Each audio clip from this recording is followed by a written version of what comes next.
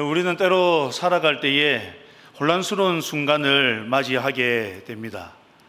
이것을 하면 되느냐, 하면 안 되느냐의 순간들이 간혹 있죠. 우리가 혼란을 겪는 이유는 대부분 그러한 순간에 어떻게 해야 할지를 모르기 때문입니다. 운전하시는 분들은 최근에 교통법규가 하나 바뀐 것을 알고 계시죠? 횡단보도에서 차가 어떻게 해야 되느냐입니다. 이 시간이 좀 지났는데 아직까지 저는 헷갈립니다. 횡단보도가 있지 않습니까? 횡단보도가 빨간불일 때는 차가 어떻게 하면 됩니까? 그냥 지나가면 됩니다. 근데 횡단보도가 이제 파란불이 될 때가 있지 않습니까? 그때는 어떻게 해야 됩니까? 진행 방향에 있을 때에 앞에 파란불이 되면 어떻습니까? 서야 됩니까? 가야 됩니까? 예, 답이 좀 다르신 것 같아가지고 서야 됩니까? 가야 됩니까? 예, 서야 됩니까? 그러면 우회전할 때도 신호등이 하나씩 있지 않습니까? 횡단보도 있지 않습니까? 우회전하는 순간에도 횡단보도가 파란불일 때가 있습니다. 그때는 어떻게 해야 됩니까? 예? 서야 됩니까? 가도 됩니까? 예, 지금 약간 이제 답들이 좀 다릅니다. 사람이 있을 때는 어떻게 해야 됩니까? 서야 됩니다. 그죠? 사람이 없을 때는 어떻게 해야 됩니까? 어떻게 해야 됩니까? 예, 아직까지 우리 안에도 답이 일치하지 않는 것들을 보게 됩니다. 여러분, 이게 법규가 바뀌었는데 아직까지도 이렇게 혼란스럽습니다. 왜 이렇게 혼란스러울까요? 왜 이렇게 혼란스럽습니까? 잘 모르기 때문입니다.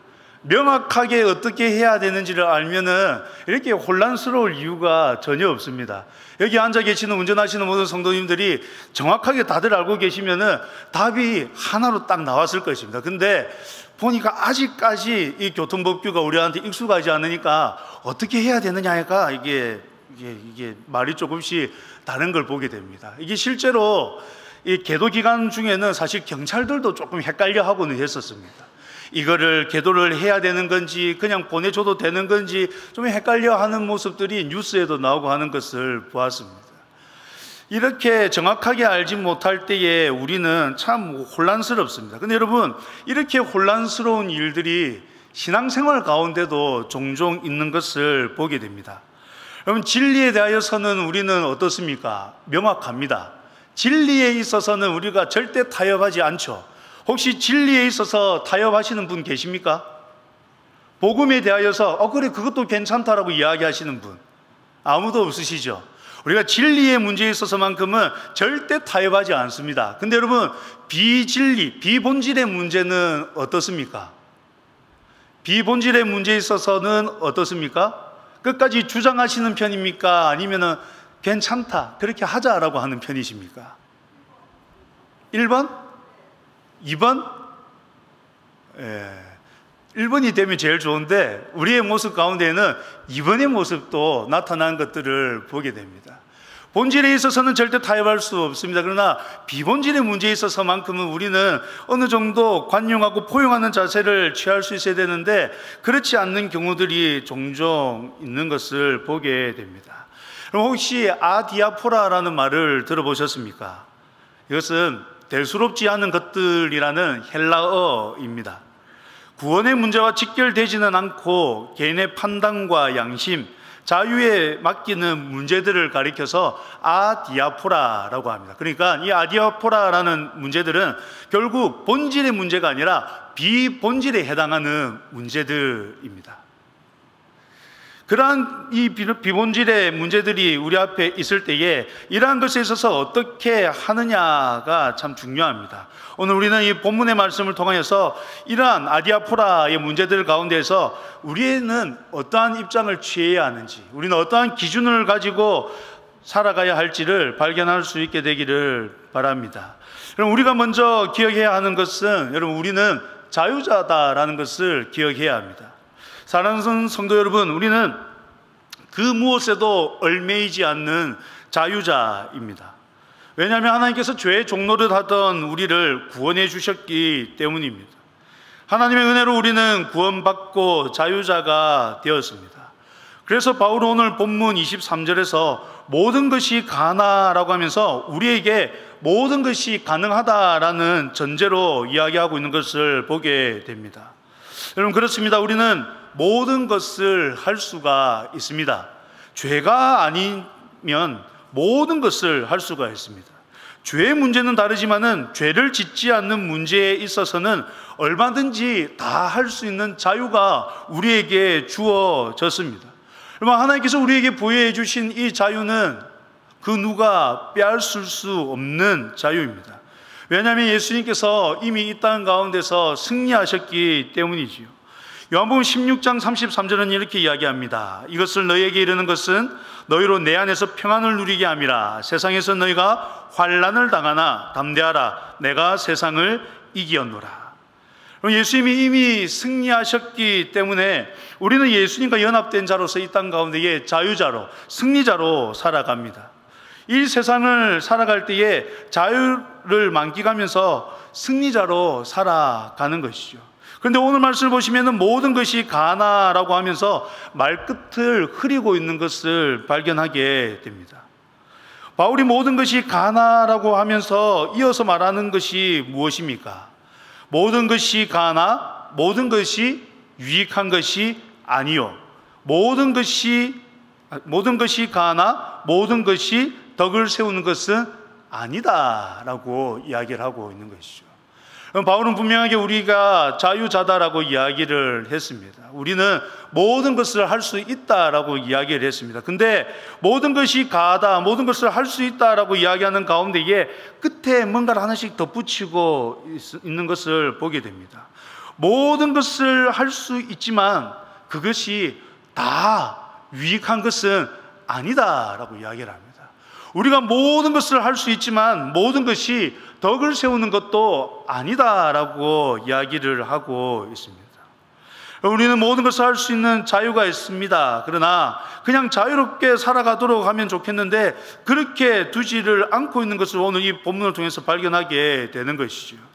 우리가 누리는 그 자유가 유익하지 않을 수도 있고 덕을 세우지 못할 수도 있다라고 본문이 이야기를 하고 있습니다. 결국 이 말은 무엇입니까? 달리 생각하면은 이 말은 우리의 자유가 유익하게 해야 되고 덕을 세우는 데에 사용되어야 된다라고 이야기하고 있는 것입니다. 나에게 주어지는 자유를 사용함에 있어서 꼭 다른 사람에게 유익을 끼쳐야 할 이유가 어디에 있습니까? 여러분, 나에게 있는 자유를 사용하는데 다른 것에 덕을 세우는 데 이게 꼭 사용되어야 될 이유가 어디에 있습니까? 내 자유지 않습니까? 하나님께서 나에게 자유를 주셨지 않습니까? 나로 하여금 승리자로 살아갈 수 있도록 해주셨지 않습니까? 근데 내가 왜 굳이 다른 사람의 유익을 생각하고 모든 것에 덕을 세우는데 이것을 사용해야 되느냐는 것입니다. 죄가 아니고 다른 사람에게 해를 끼치는 것이 아니라면 얼마든지 이 자유 나를 위하여서 충분히 사용해도 되지 않겠습니까? 그렇게 하면 안 되는 겁니까? 그렇게 할 수 없습니까? 죄도 아니고 다른 사람에게 해도 끼치는 것이 아니라면 좀 마음껏 이 자유를 누려도 되지 않겠습니까? 여러분, 자유가 싫으십니까? 지금 표정은 약간 자유가 좀 나는 싫습니다. 저는 자유보다는 얼매 있는 게 좋습니다라는 표정인 것 같기도 한데 자유를 싫어하는 사람은 아무도 없습니다. 다른 사람에게 해를 끼치지 않고 다른 사람에게 손해를 끼치지 않는 범위 내에서라면 얼마든지 이 자유를 사용하고 싶습니다. 근데 바울은 지금 그것을 넘어선 것을 이야기하고 있습니다. 우리가 모든 것을 할 수 있지만 우리가 하는 이 모든 것, 우리가 사용하는 이 자유가 유익하게 하는 것이 되어야 된다라고 이야기하는 것이죠. 우리가 사용하는 이 자유가 모든 것에 덕을 세우는 것이 되어야 된다라고 지금 이야기를 하고 있는 것입니다. 그래서 바울은 24절에서도 이렇게 이야기하는 것이죠. 누구든지 자기의 유익을 구하지 말고 남의 유익을 구하라 라고 이야기를 하고 있습니다. 바울이 자유를 사용함으로 유익을 끼치고 덕을 세우는 데 사용해야 된다는 이것에는 예외가 없습니다. 24절에 처음에 어떻게 이야기합니까? 누구든지라고 이야기를 하고 있습니다. 누구든지 자기의 유익을 구하지 말고 남의 유익을 구하라 라고 이야기를 하고 있습니다. 그 누구도 예외가 없습니다. 그런데 여러분, 남의 유익을 구하는 것이 쉽습니까? 다른 사람의 유익을 구하는 것이 쉽습니까? 옆으로 한번 바라보십시오. 옆에 앉아 계신 그분의 유익을 위하여서 뭔가를 하는 게 쉬운 일입니까? 가족을 위하여서는 뭔가를 하는 것이 쉽습니까? 쉽다고 생각하시는 분도 계신데 때로는 어렵습니다. 내가 아니라 다른 사람을 위하는 것은 생각보다 그렇게 쉬운 일은 아닙니다. 그런데 오늘 23절과 24절에서 바울이 이야기하는 것은 남의 유익을 구하라고 계속해서 이야기를 하고 있는 겁니다. 내가 남의 유익을 먼저 생각할 이유는 어디에 있습니까? 그 이유도 여러분 없습니다. 당연히 다른 사람의 유익을 생각하기에 앞서서 자신의 유익을 먼저 생각해야 하지 않습니까? 이것이 지극히 정상적입니다. 특히나 다른 사람에게 해를 끼치는 것이 아니고 법을 어기지 않는 것이라면 더더욱 자신의 유익을 먼저 생각하는 것이 마땅합니다. 그런데 바울은 지금 자신의 유익이 아니라 남의 유익을 먼저 생각하라라고 말을 하고 있습니다. 그럼 바울이 왜 이렇게 말을 할까요? 오늘 읽지 않았지만은 우리 31절인데요. 31절의 말씀을 함께 한번 읽어보겠습니다. 성경을 보셔야 됩니다. 31절 우리 함께 읽어보겠습니다. 시작. 그런즉 너희가 먹든지 마시든지 무엇을 하든지 다 하나님의 영광을 위하여 하라. 그럼 바울은 우리의 삶에 있어서 분명한 목적이 있다라고 이야기를 합니다. 먹든지 마시든지 무엇을 하든지 다 무엇을 위하여 하라고요? 하나님의 영광을 위하여 하라라고 이야기를 하고 있습니다. 성경은 우리에게 우리 삶에 있어서 주된 목적이 있다라고 가르치는데 우리 삶에 있어서 주어지는 주된 목적은 하나님을 영화롭게 하고 영원토록 그분을 즐거워하는 것입니다. 바울은 지금 그것을 여기에서 이야기하고 있는 것입니다. 우리의 삶에는 분명한 목적이 있습니다. 그것은 바로 하나님의 영광입니다. 하나님을 영화롭게 하고 영원토록 그분을 즐거워하는 것, 그것이 바로 우리의 삶의 목적입니다. 그래서 바울은 지금 너희가 먹든지 마시든지 무엇을 하든지 다 하나님의 영광을 위하여 하라라고 말을 하고 있는 것입니다. 그런데 이 말씀에 이어서 나오는 말씀은 어떻습니까? 32절과 33절의 말씀입니다. 유대인에게나 헬라인에게나 하나님의 교회에나 거치는 자가 되지 말고 나와 같이 모든 일에 모든 사람을 기쁘게 하여 자신의 유익을 구하지 아니하고 많은 사람의 유익을 구하여 그들로 구원을 받게 하라. 먹든지 마시든지 무엇을 하든지 다 하나님의 영광을 위하여 하라라고 한 바울이 지금 어떻게 말을 하고 있습니까? 거치는 자가 되지 말고 모든 사람을 기쁘게 하여 많은 사람의 유익을 구하고 그들로 구원을 받게 하라라고 말을 하고 있습니다. 하나님께 영광을 올려드리라고 말한 바울이 지금 무엇을 곁들여서 이야기를 하고 있냐면은 다른 사람을 구원받게 하라라고 명령하고 있는 것입니다. 여러분, 이렇게 볼 때 하나님께 영광을 올려드리는 삶이 어떤 삶인지 우리는 깨닫게 됩니다. 바로 다른 사람을 구원받게 하는 것입니다. 하나님께 영광 올려드리는 삶은 달리 말하면은 다른 사람을 구원받게 하는 것입니다. 하나님께서는 우리에게 은혜를 베풀어 주셨습니다. 은혜를 다해 주셔서 우리로 하여금 자유함을 누리며 하나님께 영광 올려드리는 삶을 살아갈 수 있도록 해 주셨습니다. 그런 우리에게 하나님께서는 또한 사명을 주셨습니다. 어떤 사명입니까? 바로 복음 전파의 사명입니다. 다른 사람을 구원으로 인도하는 그 사명을 우리에게 주셨습니다. 예수님께서는 너희는 가서 모든 민족을 제자로 삼아 아버지와 아들과 성령의 이름으로 세례를 베풀고 내가 너희에게 분부한 모든 것을 가르쳐 지키게 하라라고 말씀하셨습니다. 그리고 사도행전 1장 8절에서는 오직 성령이 너희에게 임하시면 너희가 권능을 받고 예루살렘과 온 유대와 사마리아와 땅끝까지 이르러 내 증인이 되리라고 하셨습니다. 그래서 사도들은 이 말씀을 듣고 열심히 말씀을 전파했습니다. 그러면서 그들은 때를 얻든지 못 얻든지 항상 힘쓰라고 권면하기도 하였습니다. 그리고 하나님께서 전도에 미련한 것으로 믿는 자들을 구원하시기를 기뻐하셨도다라고 하면서 하나님께서 전도를 통해서 믿는 자들을 구원하기를 기뻐하셨다라고 말씀하기도 하였습니다. 뿐만 아니라 누구든지 주의 이름을 부르는 자는 구원을 받으리라고 하면서 보내심을 받은 자가 전파하고 그들이 듣고 믿어 구원에 이른다라고 말하기도 하였습니다. 이처럼 성경은 우리에게 주어진 사명이 무엇인지를 분명하게 이야기하고 있습니다. 우리에게 주어진 사명은 복음 전파입니다. 우리에게 주어진 사명은 다른 사람들을 구원으로 인도하는 것입니다. 자유함을 얻게 된 우리, 하나님의 은혜를 받은 우리, 승리자로 살아가는 우리에게 주어진 사명이 있는데 그것은 바로 복음 전파, 다른 사람을 구원으로 인도하는 것입니다. 우리는 살아가는 동안 이 사명을 잘 감당해야 합니다. 이 사명을 감당하기 위해서 우리에게 주어진 자유를 사용해야 되는 것이죠. 하나님께서 우리에게 자유를 주신 이유는 바로 여기에 있습니다. 하나님께서 우리에게 자유를 주신 이유는 복음을 더 잘 전하도록 하기 위해서입니다. 하나님이 우리에게 자유를 주신 이유는 그 자유를 통하여서 다른 사람들을 더욱 구원으로 인도하게 하기 위하여서입니다. 그럼 바울은 한 사람이라도 더욱 구원하기 위해서 불철주야 노력하였습니다.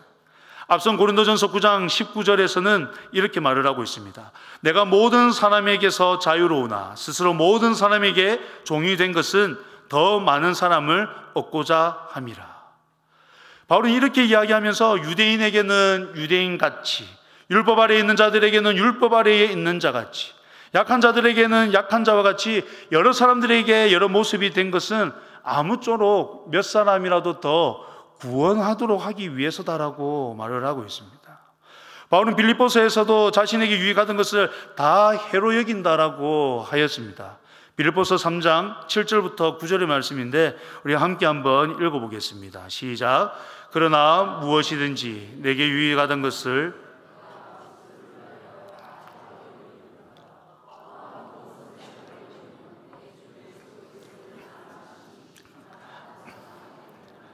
내가 그를 위하여 모든 것을 잃어버리고 배설물로 여김은 그리스도를 얻고 그 안에서 발견되려 함이니 내가 가진 의는 율법에서 난 것이 아니요 오직 그리스도를 믿음으로 말미암은 것이니 곧 믿음으로 하나님께로부터 난 의라.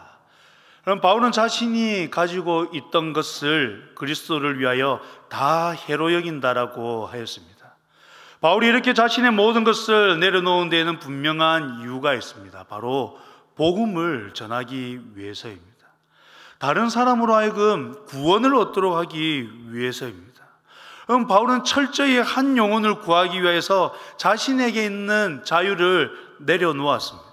자신이 가지고 있는 것들을 다 내어놓았습니다. 그렇게 하는 이유는 무엇이 더 중요한지, 하나님께서 자신에게 무엇을 원하시는지를 분명하게 알고 있었기 때문입니다. 우리가 다른 사람의 유익을 구하고 모든 것에 덕을 세우기 위한 것의 최종 목적은 바로 그 사람의 구원입니다. 내가 모든 것을 할 수 있는 자유가 있으나 이 자유를 내려놓는 이유, 나에게 무엇인가를 할 수 있는 권리가 있으나 이 권리를 내려놓는 이유, 내가 손해를 감수하는 그 이유는 어디에 있느냐? 바로 다른 사람들을 구원으로 인도하기 위해서다라는 것이죠. 달리 말하면은 다른 사람들을 구원으로 인도하기 위하여서 내가 가지고 있는 이 자유를 내려놓아야 되고 나에게 주어진 이 권리를 포기해야 되고 내가 손해를 감수해야 된다라는 것을 이야기하는 것입니다. 사랑하는 성도 여러분, 하나님께서는 우리에게 먼저 은혜를 베풀어 주셨습니다. 우리에게 먼저 자유를 누릴 수 있도록 해 주셨습니다. 우리가 이 세상을 살아갈 때에 승리자로 살아갈 수 있도록 해 주셨습니다. 그런 우리에게 하나님께서는 사명을 주셨습니다. 그 사명은 우리가 받은 그 은혜를 홀로 간직하고 홀로 누리지 말고 다른 사람에게 전하라는 것이었습니다. 다른 사람에게 전하여서 그 사람들로 하여금 그 사람도 구원을 얻도록 하라는 것이지요. 사랑하는 성도 여러분, 우리도 마음껏 살 수 있습니다. 마음대로 살아갈 수 있습니다. 내키는 대로 살 수 있습니다. 그러나 그렇게 하지 않는 것은 무엇이 더 소중한지를 알기 때문인 겁니다. 하나님께서 정말로 우리에게 원하시는 것이 무엇인지를 알기 때문인 것이죠. 그러나 여전히 우리는 연약하고 부족해서 이게 사실 잘 안 됩니다. 여러분, 다른 사람을 위하여서 자신의 자유를 얼마만큼 포기해 보셨습니까?